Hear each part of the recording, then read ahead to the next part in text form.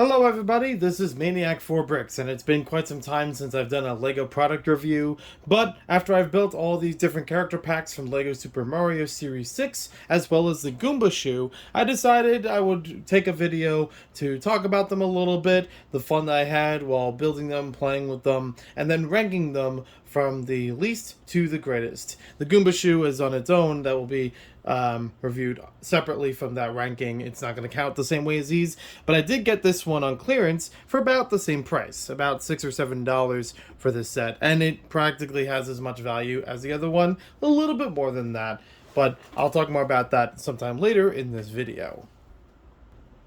Before I start talking about these character packs, I figured I'd have a little bit of a background for my experiences with the LEGO Super Mario sets up to this point. I purchased every single retail set from 2020 when it first launched in August, with the wave that only included Mario. I even got the gift with purchase at the LEGO store. I even got the Poly bag. The only thing that around that time I didn't get was the San Diego Comic-Con exclusive that was released at retailers. I got to see it one time at Target. I passed on it, thought I'd come back for it, but then it was gone the next time I went there.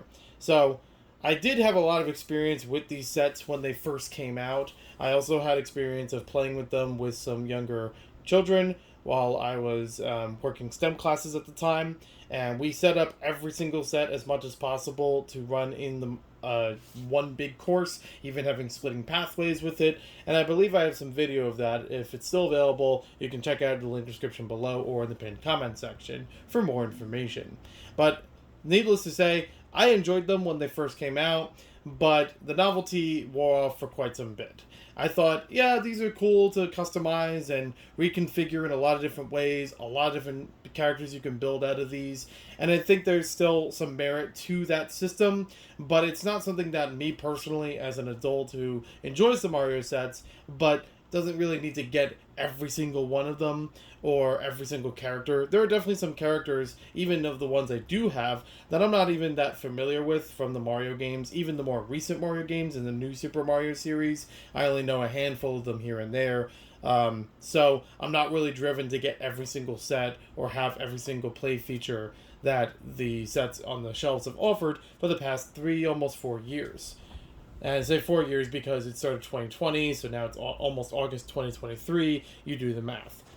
So either way, there was a long drought where I didn't pick up any of the Mario sets, and maybe 1 or 2 character packs here and there. There was a time where I got excited when Luigi was announced, and I got his starter course, so I did enjoy that one instead of having 2 Marios, which I had up to that point, in order to have 2 people playing. And then I got like a few blind bag packs here and there. I picked up some for other people. I picked up some for myself in Mario Day of 2022. And I didn't really aim to complete any of the character building, like the character series, up to this point. But recently, I decided, why not? A huge factor that led me to complete this series particularly was how I found these in the stores in Walmarts throughout the past month or two. I've made a video about this before when I did the haul video, but just to reiterate on here, for clarity's sake, I picked up all of these packs which were already opened, tape was already taken off of them, and you could see inside of the packages. That's how I found them in the store. Somebody had already done that before me. I did not do this or sabotage anything whatsoever. This actually helped me find each of the figures very easily, and I could just take a peek in here to see which figures there are just based on the colors or the kinds of pieces. Like you can tell this is the top of Toad's head, or these pink pieces line up with Birdo from this series, and therefore I was able to buy them. I was more convinced to buy up as many of them as I saw in the store that were in this orientation, because then I knew exactly what I was expecting. Blind boxes aren't really a thing I'm a fan of, even back when video started introducing them, so having it with these figures is only going to make it more difficult to collect the whole series. That being said, I have said in the past, that with the character sets from Mario, it really doesn't matter if you get a duplicate, because in terms of play, you could always have more of any of these characters. They're not ones you need a particular, like, one of only one in a given world, except for Birdo. I've never seen two Birdos in the same game, let alone the same room, so I don't know if that's the only hindrance here. I do actually have an extra of Birdo and Green Toad as of recording this video, but I'm perfectly fine with, having them right here. And as you'll see throughout the video, I already enjoy them already, so having a second one is not the worst thing in the world. The only problem that I had, as you'll see throughout the video, is that this particular character, which I can't remember his name, Bramble, is actually missing a piece. So when I found these packages opened, I guess the instructions, the checklist, and the long, like, vine piece that's on the side all fell out of the box before I, picked it up and purchased it. So that's unfortunate. I think the instructions were okay. They fell into the same, like, area of the box, just not in one of these set boxes. But beyond that, yeah, I'm gonna have to get that part replaced. For those uninitiated, the character packs for the LEGO Mario series are a way of getting a whole bunch of characters for a small price and being able to accessorize your world a little bit further than the main line of expansion sets. So these would normally have a small base to them. They have ranged between a 4x4 to a 6x6 space, and lately I've seen most of these are integrated into a 6x6 space, which I think is a great upgrade. And they usually have a thing on the back of them or on the side of them in order to scan them to interact with the interactive Mario, Luigi, or Peach figures. I don't have the Peach, and I'm not sure when I will get that one. But for now, this is okay. These are actually increased in price from when they started. So August 2020, they were maybe $4 or $5 a pack for any one of these particular characters, and they were on a 4x4 base plate. But now they're on a 6x6 plate, and they're about $6 each. But I can also tell that just beyond the base plate changing size, there's a little bit more complexity to some of these characters, a little more pieces that are incorporated into them. So I think the value is still there. And also, licensing and all that jazz, but that's fine. So what I'm going to do here is I'm going to rank these from the worst to best, in my opinion, and talk about some of the features and things throughout.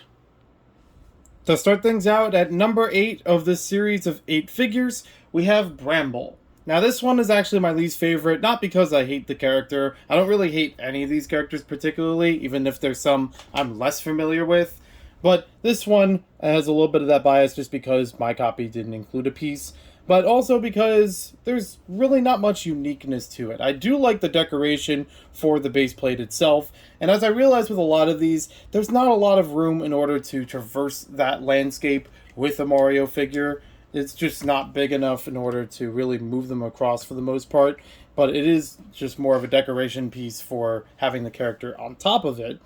But with that being said, as much as these pieces are nice, the build for the character is pretty regular, and it's, for me, kind of boring. It's exactly the same construction as the Bramble included in the Chain Chomp Jungle Encounter expansion set.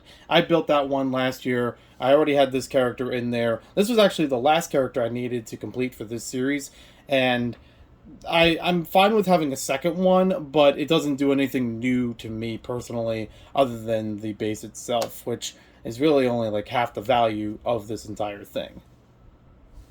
Number 7, we have the Blooper set. Now this one is actually an upgraded version from what released in 2020.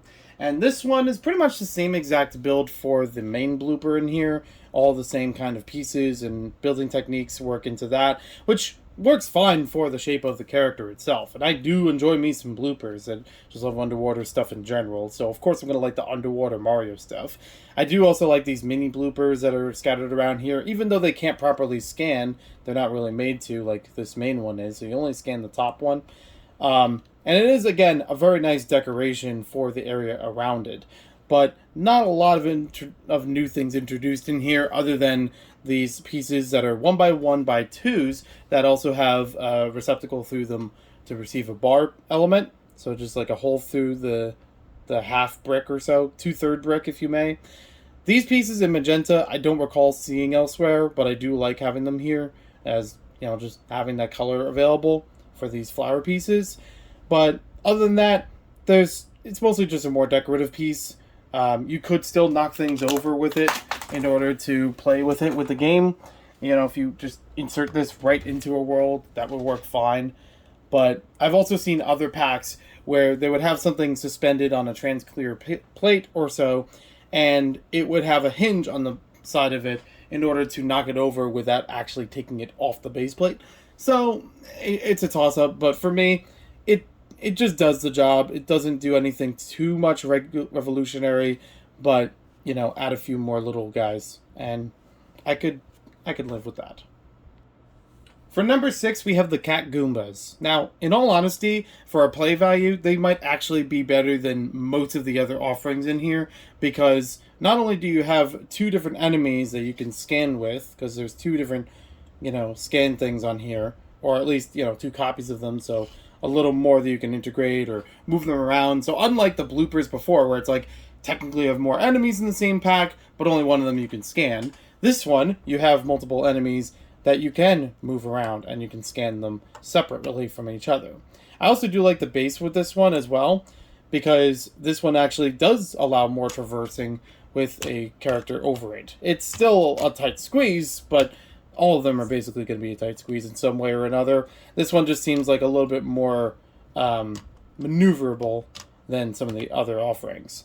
I do also like that there are different faces for each of the cats instead of it being 2 of the same. I actually have not played too much of Super Mario 3D World, so I haven't been too exposed with the cat versions of a lot of characters.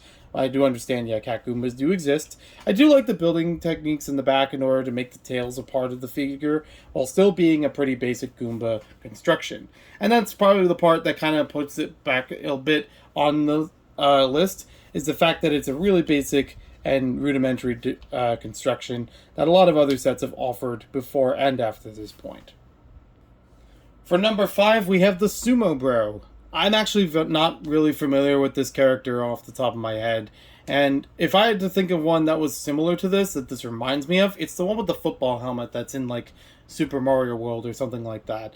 I kind of hope that they do make that one. I don't think they've made it up to this point, if I remember correctly, but it wouldn't take much from this construction to create that as a new character. Probably just a few more pieces on the top, honestly, just to make the helmet, maybe a few print changes, but otherwise would work fine. Now, for this one, for what it is, it looks alright. It's definitely got some heft to the build itself, especially for the character. A couple of interesting things like these hinge plates being used 2 on top of each other. I don't know of another set that does that, and if there are some, let me know, but that's a nice concept, and at least keeps it nice and rigid for the arm movement back and forth. But beyond that, I'm not too familiar with this character, so I don't know how much more I could do with him other than the standard knock him over, hop him on a few times, and then he's good to go. But as far as the base goes, it's got some nice pieces, some nice colors in there, some nice decoration, and you could technically still move a figure through here, even if you didn't have the character in place. But it also doesn't read as anything when it does, whether or not that matters. Because, different colors will usually indicate, like, a different environment that it's on. So I could have it over the slightest yellow or tan, and it'll read as a desert, or some kind of beach area. With this one, it just reads it as grass, even if it's not the exact same green, so I don't know. Maybe I'm being a little nitpicky about this. Number 4, we're taking a look at Spike. Now, Spike has actually been a LEGO Super Mario figure before, but in a much larger version in the Big Spike's Cloud Top Challenge set. I only remember this character a little bit from the new Super Mario Bros. Wii game, and I don't know if there's even multiple versions of Spike, for there being a small one and a large one. This one's the most compact version of that same character, but it does also take away some of its features. Like, namely, it can't actually throw the spike ball. It just has it posed mid-air as if it was already thrown. You can move the arms around, but they obviously can't grip onto anything like its bigger brother. So, with that all being said, it did have a couple surprises to me in the set, and I'm okay the arm fell off just to introduce. This half-pin stud piece is in dark bluish gray. I thought they only made that in light bluish gray nowadays, but nice having another color for that. And if it's already been around for a while, this is the first time I've just been exposed to it. This one also had a pretty dense build all the way around, and still works in the scanning feature on the back of it pretty nicely. Like, even though it does still look a little off from that side, I also like how they did the fin structure for the top of the head for his little spiked hair. And between this and the big sumo figure, I also did like how they integrate the mouth, having it wrap around the side like that, and having the 2x4 tile on the front. So that was pretty cool. I built them side by side, which made me feel very familiar with that technique. I also do like this platform on its own. The spike actually doesn't do anything if you scan Luigi or Mario over it. Unfortunately, it doesn't like take damage or anything like that. Doesn't even read as like any obstacle or anything. It's just kind of there. So it'll be a physical obstacle, not necessarily a dangerous obstacle. But I guess it's still cool to have here nonetheless. You could still take this off and maybe put something else on there instead if you have the other sets. So it's okay. But as the base goes, it's also pretty weak. That will, not a lot of pieces to go with it, but it's also more useful. So you can actually still traverse this and still have that hazard of walking over lava, pretty easily, actually. There's not much on this plate that wouldn't be a hazard like that, but it does make it feel like you could use more of this whole thing as, part of a larger world. I say that with a lot of these because they're 6x6 plate. So it has that receptacle underneath, and even the 4x4s had that as well. They have an attachment underneath them in order to sync them up with the rest of the levels that you have. So I like it when there is something you could actually do with this instead of it just being a display area for the main character. Number 3 is the green toad. I do have a bias for the toads, and I do think that, once again, you could get a bunch of these and they could integrate into a larger Mushroom Kingdom just fine. The caveat here is that this one only has a sleeping, resting face. The 2x2 brick that it's printed on will only show that on one side. There's nothing on the other side of it, and I kind of wish that there was one of two options. That they did print another face on the other side, because most of it would get blocked up by the hat, so it wouldn't be detracting or anything. Not to mention that while he's sitting here, you're not really going to see the other side because of the chair he's in. Or, the other option is to make 2 1x2 bricks that could be faced in here. So one face will be showing on the outside, one face will just be hidden in that crevice in between the two. This is a technique that they've done before with the Benny brickhead from the Lego Movie 2 series, where they had 2 1x4 bricks that were the classic space logo, one of them looking very faded, like the Benny minifigure, and one of them in the proper, authentic logo, with all the details included. And that was hidden inside of the base of the torso for that brickheads. So that would have been nice to include here if that was a feature. I would have ranked this one probably about the same, but I still would have appreciated it a bit more. The palm tree is actually a pretty nice build, something that I haven't seen before, and I do like some of the pieces that are used in here, like this little gray piece that sticks in between, like this pneumatic hose kind of piece. That was a good use. However, the tree does get in the way of fitting the figure here, and maybe it's just because it's sitting right next to them. You can't actually bend the tree in any orientation. It basically just swings either front or back. So make of that as you will. But for me, since the figure doesn't really have a place to attach onto it, it does lean him a bit over to the side and make him more likely to fall off. I do like the construction of the chair, though, because that little lawn chair, or that little beach chair, looks pretty good. I like the simulation of the waves here. It's easy to walk up to the figure, to interact with it. And also, it makes it really easy to use with a minifigure. It's like just the right size, so you can fit somebody else in there, taking a nap under the shade of a palm tree. Now, if you asked me during the live stream where I was building these, I would have told you that this was the figure I was the most enticed about for this entire series. If it was like, if I was only going to get one figure, or it's the first one I was going to get, it was going to be Birdo.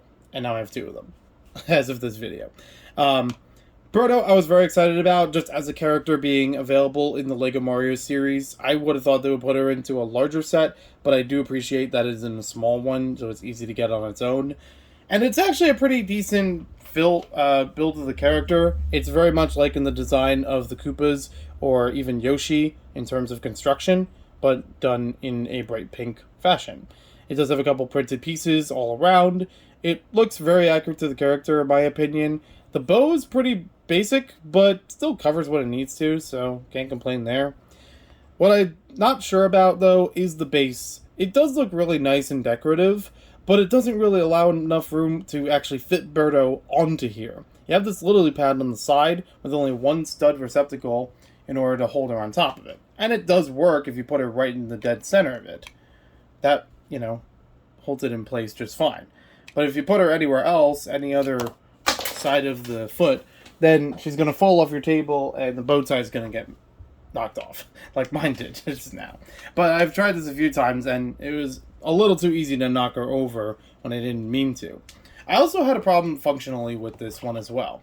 The idea is that you scan this in front, and instead of just greeting her, you also have like an egg or something that you need to tap on this again in order to block the egg. Otherwise you get hit by it, and it'll make little dizzy eyes for the character.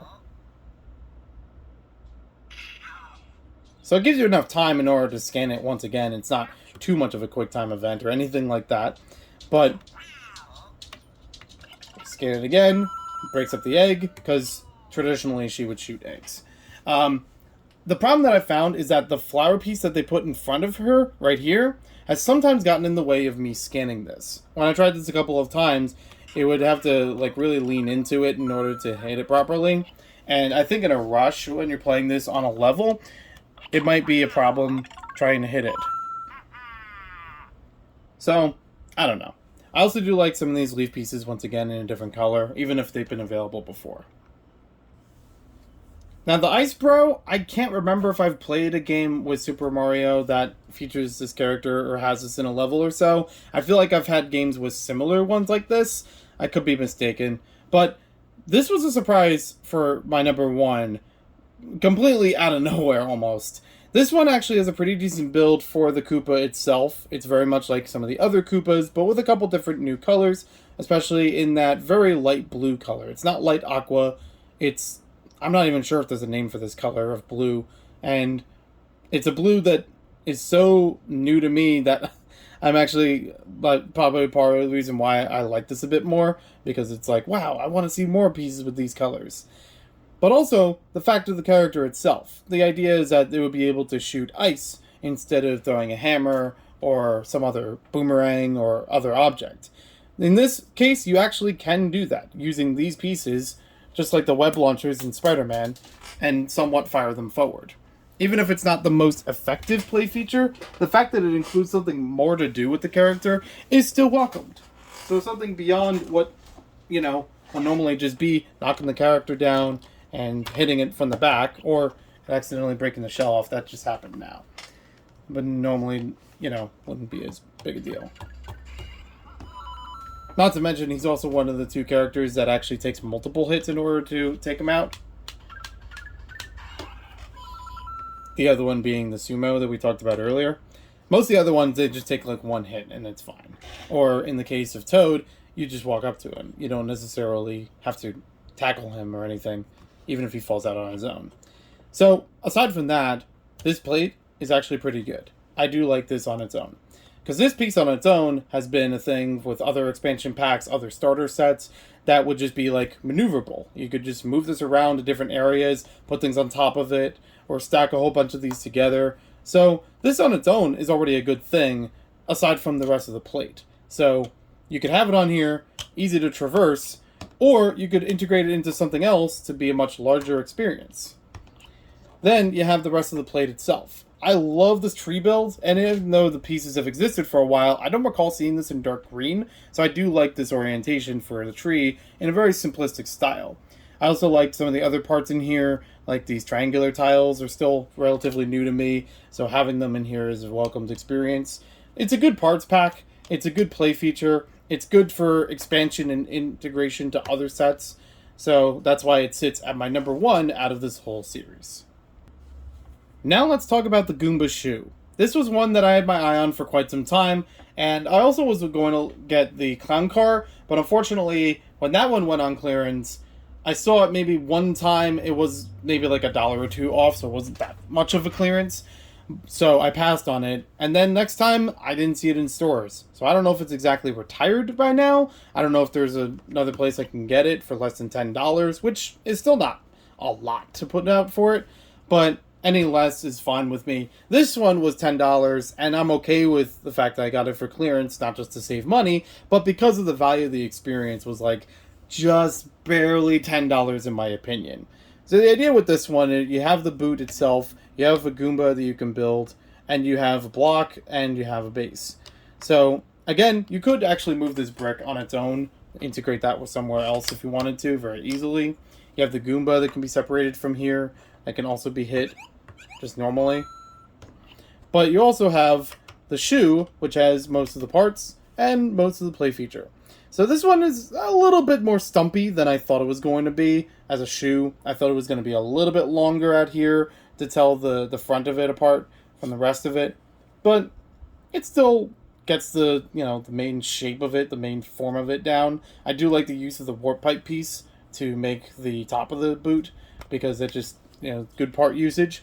And if you're wondering what's up with the bottom of it, I actually didn't know for a while until I built this thing what this was about. I was kind of wondering if it would use its own thing to scan in here, or if it was going to use the one for the item or the enemy that you press onto, to get extra coins or something like that. Like, I thought it was going to be kind of like the power-ups where you take off the pants and put a new hat on them.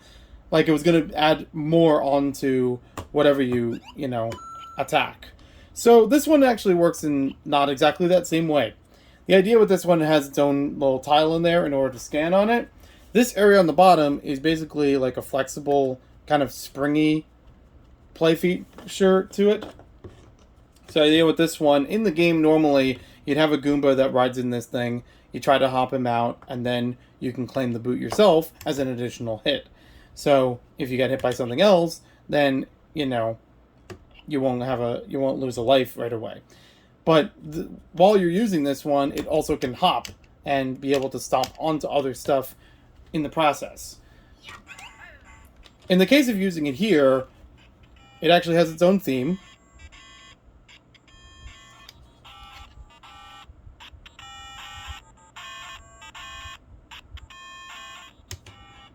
And then it basically, you can still move it around, bouncing it.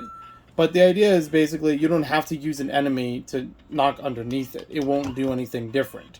In fact, it more so does something if you just shake the boot, but not having any enemies nearby, and that will give you additional coins while being in there. So it's kind of like some of the other packs and other expansions where it gives you a physics-based thing to do with the character, but not necessarily an add-on power-up or anything to defeat them or get more coins out of them while using it. So it's a nice little thing to build, but it doesn't offer the same kind of play feature that I thought it might in the digital way. So it's just okay. It's still a neat little thing to hop around in.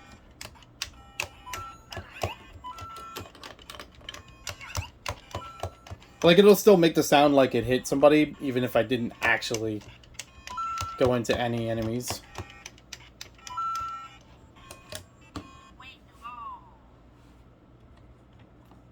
I will say, though, I'm a little worried of this thing over time getting, losing its flexibility. Like, if it's pressed in too long or, too hard to hold it down and make it more flattened. Because you just have to remember that it can rock back and forth by default, just by the way it's constructed. It's still a neat thing to build. It was still an interesting way of building it that I didn't expect. And I'm looking forward to getting the clown car at some point, too. So there we have a look at the Character Series 6, as well as the Goomba Shoe. Let me know what you think in the comments below, and let me know if you'd rank these any differently than I have. Just to recap from it, going from 8 to 1, this is 8, 7, 6, 5, 4, 3, 2, and 1 as my personal favorite out of the series in terms of value, in terms of playability, but I think some of these could be changed a little bit depending on the person or depending on their familiarity with the Mario characters. Even the ranking in here, I'm almost a bit thinking about swapping these around. It's really a matter of, like, this one has two things to hit, but a simpler build. This is one thing to hit, but more complex in its build. So, I don't know. I'm looking forward to doing at least another video, or at least uploading the live stream from building these. I had this live stream on twitch.tv/maniac4bricks, where I built all of these on live stream, talking about my thoughts initially with them as I was building them. That should be coming up real soon. And I would like to get some more of the Mario sets, but not too many of them outside of the clown car right now. Even ones that have previously been released and are discontinued, I don't have a lot of interest in them, or if anything, it would just be for the main characters of them. Like, not getting the whole set, but just getting whatever is built to make a Lakitu or whoever. I have already built all of the Wave 1 August 2020 sets, and I haven't really done any videos about them necessarily, other than maybe the live stream or so of building them, or the initial haul video.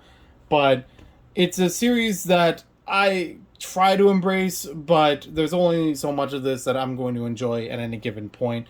As far as, having them around regularly, I don't set up as many courses as I used to with any of these characters, but I do still like collecting some of these little things. So maybe the display value actually isn't as bad as it seems, even though it is intentional to be like, decorative, but also playable, somewhere in between that. So I will definitely add these with the other ones that I do have, but I don't know if I'm going to have any of them set up anytime soon to do any courses with. I did videos earlier with that. I probably even still have older footage that didn't get onto video or get uploaded yet to do that. I would love to talk more about Lego Mario sets, or even the other ones, such as the NES, when I eventually get that one built. I've always wanted to do a mod with that one back in 2020, but that didn't pan out, or at least I still need a little bit of tweaking to make that work. So, I don't know exactly when the next Lego Mario or Lego Nintendo video will come out, but I'm sure these will come up at some point again, talking about Lego or Nintendo or both. We'll have to just wait and see. Thanks for watching, hope you guys enjoyed it, and I'll talk to you later. We'll see you next time with more Lego videos.